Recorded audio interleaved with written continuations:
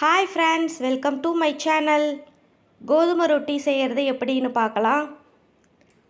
முருங்கைத்தலை கொஞ்சம், சின்ன வெங்காயம் 1 கப், கோதுமை மாவு 1 கப், கருவேப்பிலை கொஞ்சம், மல்லித்தலை கொஞ்சம் எடுத்துக்கலாம்.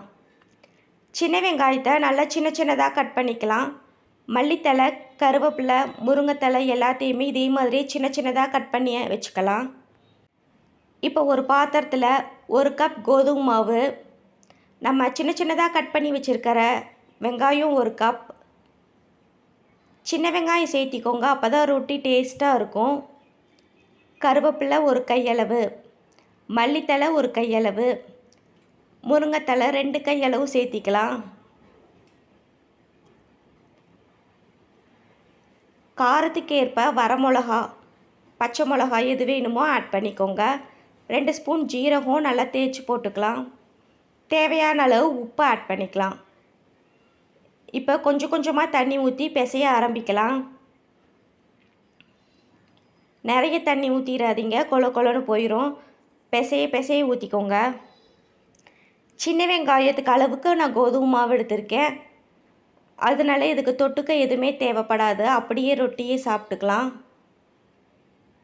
பாருங்கள், இந்த அளவுக்கு பிசைஞ்சிங்கன்னா போதுமானது. தோசைக்கல் காஞ்சதும் லைட்டாக எண்ணெய் தடவி ரொட்டி மாவை போட்டுக்கலாம்.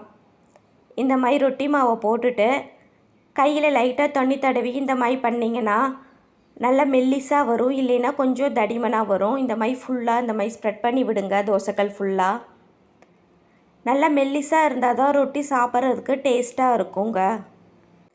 எப்பயுமே சப்பாத்தி, கோதுமை தோசை அப்படின்னு சாப்பிட்றதுக்கு பதிலாக இந்த மாதிரி ரொட்டி சுட்டு கொடுங்க பசங்களுக்கு.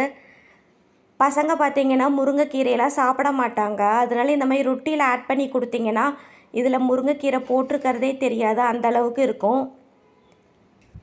வரமிளகாய்க்கு பதிலாக பசங்களுக்கு கொஞ்சம் லைட்டாக வரமிளகாய் தூள் போட்டுக்கிட்டிங்கன்னா கடிக்கும் போது காரம் படாது.